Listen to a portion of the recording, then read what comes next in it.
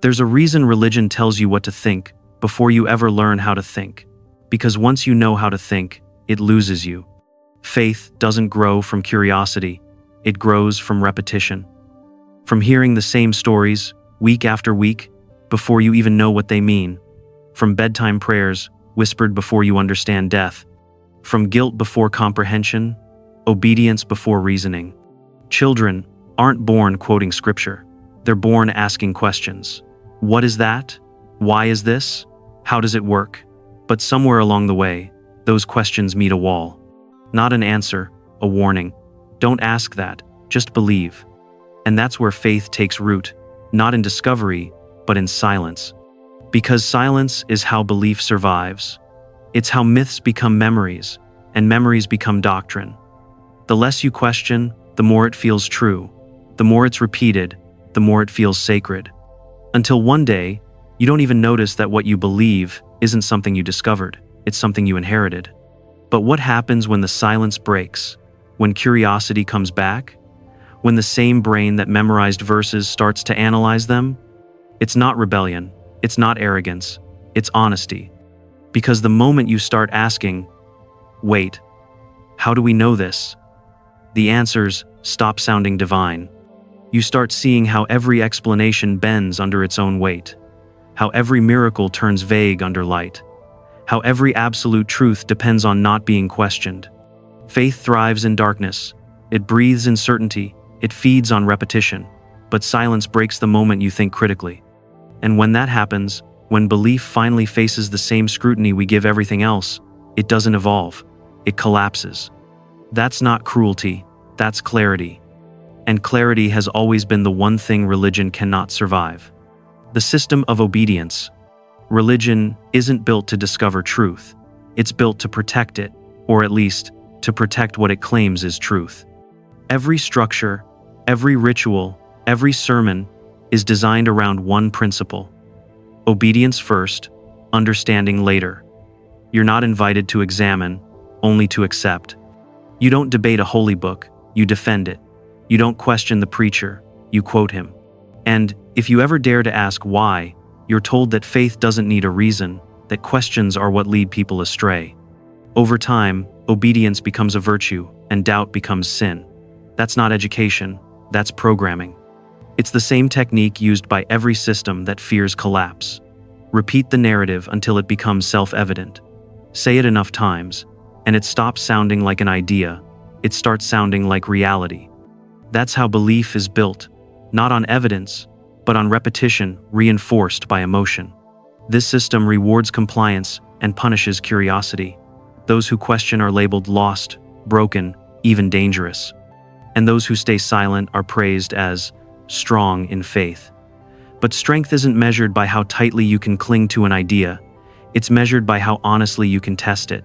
True strength doesn't fear questions, it welcomes them, because only lies fear being examined. Yet in religion, doubt is painted as betrayal. The mere act of thinking critically about sacred ideas becomes a moral crime. It's not just disagreement, it's disobedience. That's the brilliance of the system. It guards itself from within.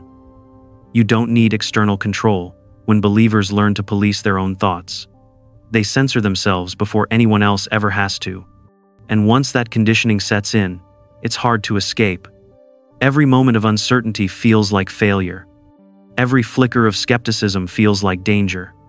You start believing that safety means silence. That peace means surrender. But what kind of truth demands silence? What kind of God needs protection from your curiosity? If you were truly free to explore ideas, to take every belief apart and test it against reality, you'd see how fragile some of them are. You'd see how quickly certainty dissolves when evidence enters the room. The system depends on obedience because it knows what happens when people stop repeating and start reasoning. The spell breaks, and truth finally gets a chance to speak. The mirage of evidence. If a stranger told you yesterday they saw a man walk on water, you'd want proof, photos, witnesses, something you could verify. You'd check the weather, look for camera footage, ask if they'd been drinking. You'd investigate because that's what we do when we care about truth. But say that same story happened 2,000 years ago, written down decades after it supposedly occurred, passed through translation after translation, edited by kings and councils, and suddenly, it's sacred. The distance in time doesn't make it more believable, it just makes it harder to verify. And yet, paradoxically, the older the claim, the less it's questioned. Age becomes armor. Faith becomes a substitute for fact. Religion depends on that mirage, the illusion that if something has survived long enough, it must contain truth. But survival isn't proof of truth, it's proof of storytelling. Myths endure because they're emotionally powerful, not because they're accurate. We don't worship Greek gods anymore, but for centuries, millions did, and they were just as convinced as modern believers are today. To them, their miracles were history, not metaphor. Now imagine if someone today said, "I saw Zeus throw lightning." You'd laugh, you'd demand evidence. But if the same story comes wrapped in the language of Scripture, you're told it's impolite to doubt it. That's the mirage, where reverence replaces verification. Think about what we're willing to test. We test medicine before it reaches a hospital. We test machines before they fly. We test bridges before we drive across them. We even test moon rocks from 500 million years ago. Yet one of the most extraordinary claims in all of human history, that a divine being created the universe, dictates morality, and intervenes in daily life, gets a lifetime exemption from scrutiny. And when you ask why, the answer is never evidence. It's emotion. You just have to believe. But belief isn't evidence, it's the absence of it. If a claim collapses the moment you demand proof, it was never standing on truth, it was balancing on trust. And trust without verification isn't faith, it's wishful thinking dressed as devotion. The mirage of evidence is powerful because it feels comforting. It lets you say, it's ancient, so it must be right. But history is full of ancient lies, ancient errors, ancient fears. Longevity doesn't make an idea true, it just makes it harder to challenge. And that's exactly how the illusion survives. The fear of questions. Religion doesn't fear science, violence, or even disbelief. It fears one simple word: why? Why can't women lead? Why does an all-loving God create eternal punishment? Why do thousands of different religions all claim to be the one true path? On the surface, those questions seem harmless, small, almost childlike, but within them lies the power to unravel entire systems. Because every belief built on blind acceptance starts to crumble when faced with an honest why. That's why religious institutions have always worked to control the questions before they're even asked. They don't silence curiosity with answers. They silence it with fear. Don't question God. Doubt is the devil's whisper. Faith means trusting without proof. These are not explanations, they're stop signs. And every time someone obeys one, the wall of silence grows thicker.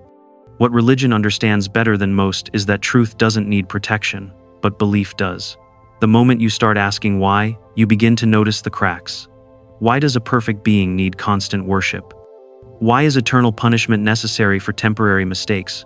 Why do divine rules always seem to mirror the politics of the culture that created them? Each question peels back another layer, revealing not a divine mystery, but a very human invention. And that realization is dangerous, not to people, but to power. Because when people start questioning, they stop obeying. They stop giving authority to those who claim to speak for gods. They start realizing that doubt isn't rebellion, it's responsibility. The irony is that every major religion began with a question. Someone, somewhere, once asked, what is truth? What is good? What is beyond us? But over time, those questions turned into dogmas, and dogmas cannot survive new questions. They turn the act of thinking into heresy. That's why religions teach fear disguised as faith. They tell you that curiosity leads you astray, that mystery is sacred, that the more you know, the more you risk losing your soul. But it's not your soul at risk, it's their system. Because a single why can do what centuries of opposition never could. Expose the difference between truth that welcomes scrutiny and belief that depends on avoiding it. Religion doesn't fear being wrong, it fears being questioned. Because once people start asking, why, they rarely stop. And every question pulls another thread, until the whole fabric of faith begins to unravel, not out of hate, but out of honesty. The comfort trap. Belief often hides behind comfort. We hear it all the time. People need hope. Faith gives meaning. Without religion, life would feel empty. These statements sound compassionate, almost noble, but they reveal something deeper, that many people don't cling to faith because it's true. They cling to it because it's comforting. And comfort, as soothing as it feels, is not the same as truth. A warm story can still be false. A beautiful promise can still be manipulation. A comforting lie is still a lie. Yet humans are wired for comfort. We reach for certainty like a blanket in the dark. We'd rather believe a pleasant story than confront an unsettling reality. That's how belief systems endure, not by proof, but by reassurance. They offer answers when life feels chaotic, meaning when life feels random, and belonging when life feels lonely. Religion understands this perfectly. It doesn't sell evidence, it sells security. You're loved, you're watched over, you're part of a plan. These words soothe our most ancient fears, the fear of death, of insignificance, of being alone in an indifferent universe. And when those fears are quieted, we mistake that peace for truth. But peace isn't proof. It's just the mind resting in a story it wants to believe. Think about it. If comfort were a measure of truth, then every fantasy that makes us feel safe would deserve equal credibility. Santa Claus would be real. Horoscopes would be science. But deep down, we know that wanting something to be true doesn't make it true. Still, religion thrives on that longing. It tells you that the discomfort of doubt is dangerous, that questioning is cold and cynical. It paints critical thinking as emptiness, when in fact, it's the only way to fill life with genuine understanding. The comfort trap is powerful because it disguises fear as faith. It says, don't look too closely, you might lose your peace. But real peace doesn't vanish when examined, it deepens. False peace, on the other hand, depends on not being questioned. That's the kind religion offers, one built on borrowed certainty, on assurances no one can verify. If comfort is your only reason to believe, you're not chasing truth, you're chasing anesthesia. It numbs the pain of uncertainty but leaves the wound untouched, because truth isn't always comfortable. It's often difficult, humbling, and unfamiliar. But it's the only thing that frees you from needing comfort in the first place. When knowledge becomes the enemy, every leap in human understanding has forced religion to retreat. Every discovery, every telescope, every microscope has pushed the divine a little further into the shadows.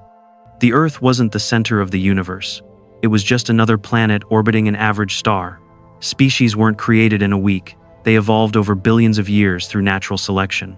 And consciousness didn't float in from heaven. It rose from neurons firing in the dark, a spark of complexity born from chaos. None of these revelations came from revelation. They came from curiosity, the very thing religion warns you against. Because curiosity is dangerous to dogma. It refuses to stay still. It doesn't accept "because God said so" as an answer. It keeps digging until mystery becomes mechanism, and once mystery fades, faith loses its leverage. When we learned how lightning worked, Zeus disappeared. When we learned how disease spreads, the demons left. When we mapped the stars, heaven shrank. With every explanation that required no God, the space left for gods got smaller. Religion has always lagged behind progress, dragged forward by people it once condemned. Galileo, Darwin, Hypatia, thinkers punished not for lying, but for discovering. The irony is staggering, the pursuit of truth treated as sin, while ignorance was labeled virtue. But knowledge doesn't care about belief. It grows anyway, in laboratories, libraries, and restless minds that refuse to settle for stories. And every time knowledge advances, religion has two choices: adapt or deny. History shows which one it usually picks. It rewrites, reinterprets, softens, and spins. The earth is no longer flat, but somehow the holy books that claimed it was are still called infallible. The flood that covered the whole world becomes symbolic. The creation story becomes metaphorical. Each shift isn't honesty, it's damage control. Because once knowledge enters, the illusion cracks. You can't unknow what's been proven. You can't pray away the telescope's lens or unsee the fossil record. That's why knowledge feels like the enemy to faith. It dismantles the comfort of certainty. It reveals how the divine explanations were just early drafts of science. Religion says, don't eat from the tree of knowledge. Science says, that's exactly where you should start. And that's the real divide. One fears understanding because it threatens authority. The other seeks it because it sets the mind free. Curiosity doesn't destroy the sacred, it redefines it. Because the real miracle isn't what we don't understand. It's that we can understand it all. The double standard. If someone told you they had a cure for cancer, you'd demand proof. You'd want studies, data, peer review. You'd want to see the results, verify the method, and check the evidence yourself. No one would call that arrogance. They'd call it common sense. But when someone claims to know the purpose of the universe, or what happens after death, or what an invisible God wants from billions of people, suddenly we're told it's rude to ask questions. That's the double standard that faith depends on. It demands respect, but refuses accountability. In every other area of life, extraordinary claims require extraordinary evidence. But in religion, extraordinary claims require extraordinary emotion. The less proof there is, the more passion is required to defend it.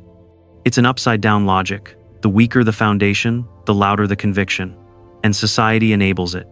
We tiptoe around sacred ideas as if truth itself needs protection from discomfort. But if an idea can't survive scrutiny, does it deserve reverence?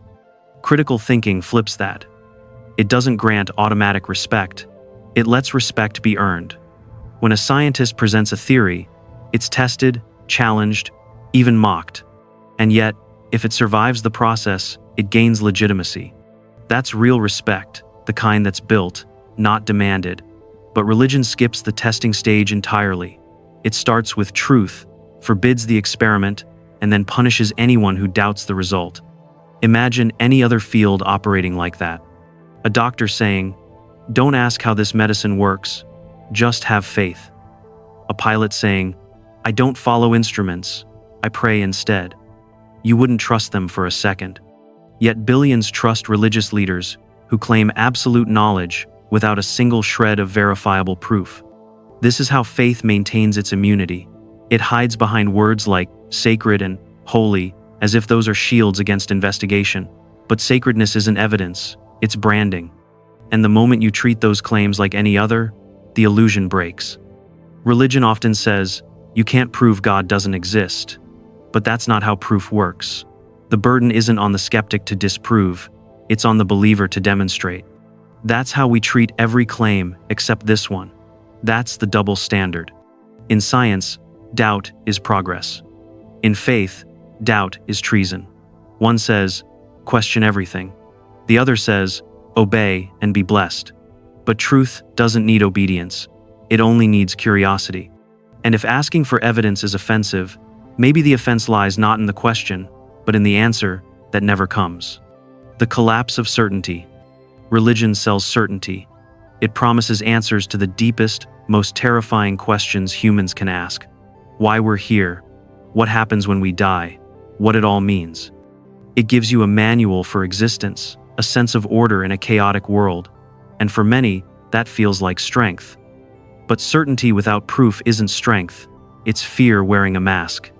Because what we call faith is often just the refusal to face uncertainty. Critical thinking says, I don't know, but I want to find out. Religion says, I already know, and don't you dare ask. One is built on courage, the other on comfort. One grows through discovery, the other survives through defense. Which one sounds more honest? Which one actually leads somewhere? The truth is, certainty feels good. It's addictive. It's easier to sleep at night believing you've figured out the universe than accepting that you might never know. But that's not knowledge, it's sedation.